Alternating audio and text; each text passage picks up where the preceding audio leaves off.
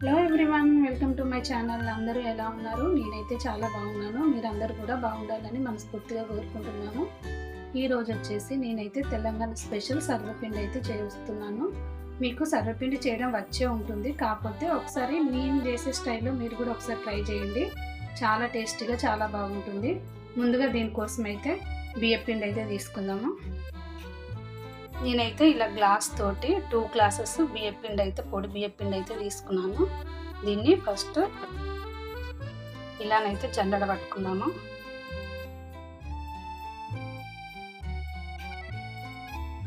ఇది జల్లెడ పట్టుకోవడం అయితే అయిపోయింది. ఇప్పుడు ఇందులోకి పచ్చి శనగపప్పు ఒక 1 అవర్ అయితే నానబెట్టేసుకొని మంచిగా శుభ్రంగా కడిగి ఇందులోకి అయితే వేసుకుంటున్నాను. నెక్స్ట్ ఇందులోకి అయితే పల్లీలు వేసుకుంటున్నాను. ఇవి పల్లీలు వేయించి ఒక 2 స్పూన్స్ పల్లీలు వేయించి పొట్టు తీసేసుకొని ఇలా పలుకుల్లాగా చేసుకోవాలండి. ఒక్కొక్కటి ఇలా విడగొట్టుకొని పలుకుల్లాగా చేసుకొని ఇవి కూడా ఒక 2 స్పూన్స్ అయితే ఇందులో వేసుకుంటున్నాను. నెక్స్ట్ ఇందులోకి ఒక 2 స్పూన్స్ నువ్వులు అయితే వేసుకుంటున్నాను. నువ్వులు మన ఇష్టం అండి, ఎక్కువ వేసుకున్నా పర్లేదు. ఒక 2.5 స్పూన్స్ అయితే వేసుకుంటున్నాను.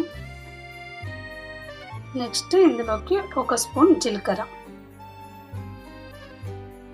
ఇవైతే వేసుకున్నాను. ఇప్పుడు ఇది పక్కన పెట్టేసుకొని ఇందులోకి కారం కోసం అయితే మనం పచ్చిమిర్చి, ఆనియన్స్, వెల్లుల్లి ఇదైతే మిక్సీ పట్టేసి వేసుకున్నాము. నేనైతే 2 మీడియం సైజు ఉల్లిపాయలు, ఒక 8 నుంచి 10 పచ్చిమిర్చి అయితే తీసుకుంటున్నాను. ఇవి కారం కొంచెం తక్కువగానే ఉన్నాయి, అందుకనే 8-10 వరకు అయితే తీసుకుంటున్నాను. ఇందులో పచ్చిమిర్చి అయితేనే బాగుంటుందండి. కారపొడి వేసుకుంటే అంత టేస్టీగానైతే ఉండదు, అందుకనే సర్వపిండిలో ఎప్పుడైనా పచ్చిమిర్చి వేసుకోవాలి. పచ్చిమిర్చి అయితే కడిగేసి ఇలా కొంచెం మిడిల్లోకి కట్ చేసి అయితే వేసుకున్నాను. నెక్స్ట్ ఆనియన్స్ కూడా వేసుకున్నాను. ఆనియన్స్ కూడా ఇలా కొంచెం పెద్ద పెద్ద ముక్కల్లాగా కట్ చేసుకొని ఇప్పుడైతే వీటిని కూడా మిక్సీ జార్లోకి అయితే తీసుకున్నాము. నెక్స్ట్ ఇందులోకి కొన్ని వెల్లుల్లిపాయలు, ఇవి కూడా ఒక 2-3 వెల్లుల్లిగడ్డలు అయితే తీసుకొని ఒలుచుకొని వెల్లుల్లిపాయలు కూడా వేసుకున్నాము. నెక్స్ట్ ఇందులోకి టేస్ట్కి తగినంత సాల్ట్ అయితే వేసుకుంటున్నాను నేను. ఇదంతా మరీ మెత్తగా కాకుండా కొంచెం బరకగా మిక్సీ అయితే చేసుకుందాం. ఇప్పుడు ఇందులోకి మిక్సీ పట్టుకున్న ఈ పేస్ట్ కూడా వేసుకుందాము.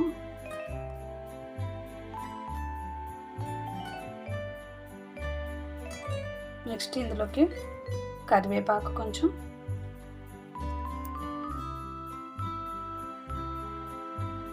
చిన్నగా కట్ చేసుకుని కొత్తిమీర కూడా వేసుకున్నాము. ఇప్పుడు ఇదంతా ఒకసారి అయితే మొత్తం కలిపేసుకున్నాము. ఇలా అంతా ఈ మసాలా ఇదంతా దీనికి పట్టేలా కలిపేసుకుంటే అయిపోతుంది.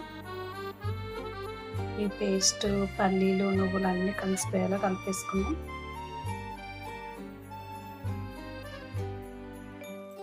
అయితే ఒకసారి ఇలానైతే కలిపేసుకున్నాం కదా. ఇప్పుడు ఇందులోకి చన్నీళ్ళు పోసుకొని కలుపుకుంటే పిండి అంత పగులులాగా వస్తుంది, పారాదు. అందుకని ఇందులోకి కొంచెం వేడి నీళ్ళు అయితే, అంటే మరీ మరగాల్సిన అవసరం ఏం లేదు, కొంచెం గోరువెచ్చ కంటే ఎక్కువ వేడి నీళ్ళు వేడి చేసుకొని ఇందులోకి అయితే వేసుకుందాం. ఇప్పుడు వేడి నీళ్ళు అయితే పెట్టేసుకున్నాం. ఇప్పుడు నీళ్ళు అయితే వేడైపోయాయి. ఇప్పుడు గ్యాస్ ఆఫ్ చేసి పిండిలో పెద్ద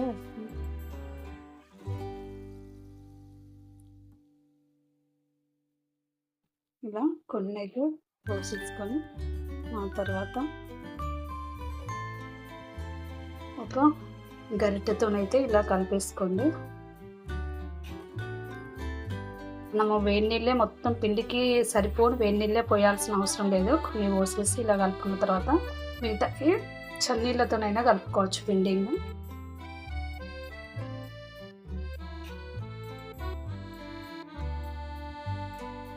ఈ విధంగా వాటర్ పోసుకొని కలుపుకున్నాక ఇప్పుడు కొన్ని చల్లీలు పోసుకుంటూ పిండి ముద్దలాగానైతే కలిపేసుకోవాలి. ఇప్పుడు మీకు ఏమన్నా పిండి టేస్ట్ చూసుకొని ఉప్పు గిన్నె సరిపోకపోతే కొంచెం ఉప్పు అయితే వేసుకోండి. నాకు కొంచెం సాల్ట్ కొనబడింది, నేను అందుకనే కొంచెం సాల్ట్ అయితే వేసుకున్నాను. పిండి మరీ గట్టిగా కాకుండా మరీ మెత్తగా కాకుండా ఇలా సాఫ్ట్గానైతే కలిపేసుకోండి. ఇది వచ్చేసి సర్వపిండి గిన్నెలండి. ఇవి కేవలం ప్రత్యేకంగా సర్వపిండి కోసం తీసుకున్న గిన్నెలే. ఇందులో సర్వపిండి అయితే బాగా వస్తుందని చెప్పేసి నేను ఇవే గిన్నెలు వాడుతుంటాను. ఇలాంటివి మీ ఇంట్లో ఉంటే దీన్ని వాడుకోవచ్చు, లేదంటే ఇలా చిన్న మూకు లాంటిదైనా తీసుకోండి. నేను ఇప్పుడు ఈ రెండింటికి పెట్టి చూపిస్తాను మీకు. పక్కన చిన్న బౌల్లో కొన్ని వాటర్ పెట్టేసుకొని వాటర్తోనే ఇలా ఒక కొంచెం ముద్దనైతే పిండి ముద్దను తీసుకొని మళ్ళీ ఒకసారి ఇలానైతే మెత్తగా కలుపుకోవాలి. ఇది కలుపుకొని ఇలా చేతిలో ఇంత ముద్దలాగానైతే తీసుకోండి.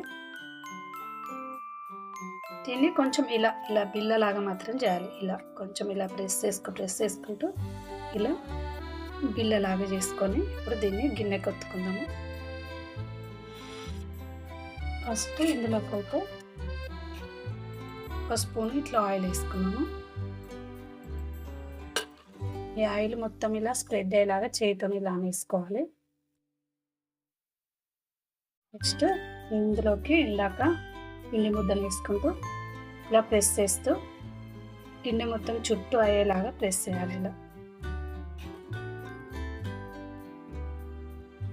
ఇలా మొత్తం ఒత్తేసుకున్న తర్వాత ఇటు చుట్టూ ఈ కడలకి పగిలినట్టు ఉంటుందండి కొంచెము. దాన్ని మంచిగా ఒక ఫింగర్ తోటి ఇలానైతే నీట్గా ప్రెస్ చేసుకోవాలి.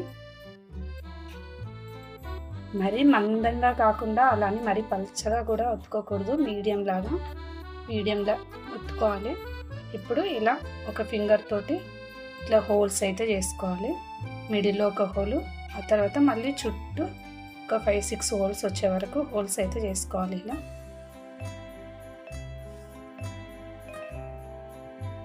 ఇలా హోల్స్ అయితే పెట్టేసుకున్నాం కదా. ఇప్పుడు ఇందులోకి మళ్ళీ ఒక స్పూన్ ఆయిల్ అయితే ఇలా వేసుకోవాలి. హోల్స్లో పడేలాగా మొత్తం చుట్టూ స్ప్రెడ్ అయ్యేలాగా ఆయిల్ అయితే వేసుకోవాలి. ఇలా గిన్నెను చుట్టూ స్ప్రెడ్ అయ్యేలాగా అనుకోవాలి. ఆయిల్ మొత్తం చుట్టూ స్ప్రెడ్ అయిపోతుంది.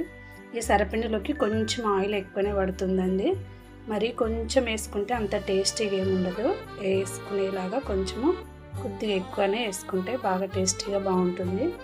అలాగే సేమ్ ఇప్పుడు మూకుట్లో కూడా పెట్టేసుకున్నాము. పిండి ఆయిల్ పోసేసుకొని చేతిని స్ప్రెడ్ చేసుకొని దానైతే ప్రెస్ చేసుకున్నాము. ఇప్పుడు సేమ్ అలాగే మూకుడు కూడా పెట్టేసుకున్నాను. మూకుడుకు మాత్రం ఇక్కడ పై వరకు పెట్టేయద్దండి. ఒక 2 ఇంచుల మందం వదిలేసి మిడిల్ వరకే పెట్టుకోవాలి. ఎందుకంటే మనం కాల్చేటప్పుడు ఈ పై ఇక్కడ వరకు పెడితే ఇదంతా కిందికి ఊడిపోతుంది. అందుకనే ఇక్కడ మిడిల్కి వచ్చే వరకే పెట్టేసుకుంటే బాగుంటుంది. ఇప్పుడు వీటైతే పెట్టుకోవడం అయిపోయింది. ఆ తర్వాత వీటిని అయితే కాల్చేసుకుందాం. ఇప్పుడు నాకు 2 స్టవ్ల మీద 2 గిన్నెలు అయితే పెట్టేశాను నేను. ఇప్పుడు ఇలా పెట్టేసుకున్న తర్వాత వీటి మీదనైతే క్యాప్స్ పెట్టేసుకుంటున్నాం. గ్యాస్ స్టవ్ మీద 2 సైడ్స్ 2 గిన్నెలు అయితే పెట్టేసుకున్నాను. ఇప్పుడు గ్యాస్ మరీ సిమ్లో కాకుండా అలానే హైలో కాకుండా మీడియం ఫ్లేమ్లోనైతే పెట్టేసుకొని కాల్చుకుంటున్నాను వీటిని అయితే నేను. ఇప్పుడు ఇలా పెట్టేసుకున్న తర్వాత ఫస్ట్ అయితే ఇప్పుడు ఒకసారి మనం మూత తీసి అయితే చూసుకుందాం. ఒక నాప్కిన్తో మూత తీసి అయితే చూసుకుంటే ఇప్పుడు ఏంటి ఇది ఇలా వస్తుంది. ఇలా కొంచెం కాలుతున్నట్టు వస్తుంది కదా. అలాంటప్పుడు దీన్ని కొంచెం టర్న్ చేసుకోవాలి. అంటే సైడ్లకి టర్న్ చేసుకుంటూ కాల్చుకోవాలి. లేదంటే ఒకే దిక్కుంటే మాడిపోతుంది. అందుకని ఒక క్లాత్ తీసుకొని చుట్టూ ఇలా టర్న్ చేసుకుంటూ కాలిన కొద్దీ టర్న్ చేసుకుంటూ వెళ్ళాలి.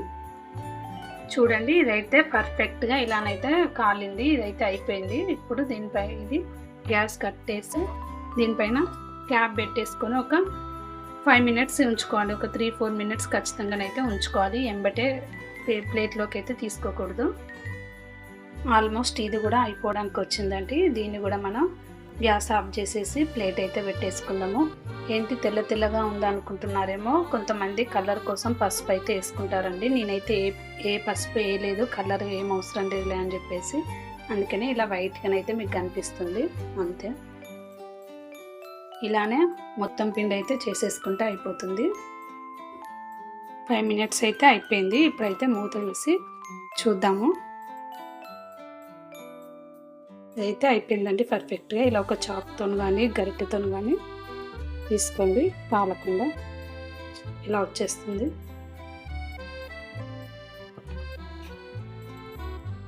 ఇది కూడా అయిపోయింది. దీన్ని కూడా తీసేసుకున్నాం. పర్ఫెక్ట్‌గా కాలితే మనము చాక్‌తోనన్నా, ఊరికే చేయితోనన్నా ఇలా వచ్చేస్తుంది. కొంచెం మాడినట్టు సరిగ్గా కాలకపోతే మాత్రం గిన్నెకే అతుక్కుపోతుంది. ఇదైతే పర్ఫెక్ట్‌గా కాలింది కాబట్టి చూడండి కొంచెం కూడా గిన్నెకి అతుక్కోకుండా వచ్చేసింది. 5 మినిట్స్ అయిపోయిన తర్వాత నేనైతే సర్వింగ్ ప్లేట్‌లోకి అయితే తీసేసుకున్నాను. చూడండి ఎంతో యమ్మీగా టేస్టీగా ఉండే మా తెలంగాణ స్పెషల్ సర్వపిండి అయితే రెడీ అయిపోయింది. చూస్తుంటేనే నోరు ఊరిపోతుంది కదా! మరి ఇంకెందుకు ఆలస్యం, మీరు కూడా నా స్టైల్‌లో ఈ సర్వపిండిని అయితే ట్రై చేసి చూడండి.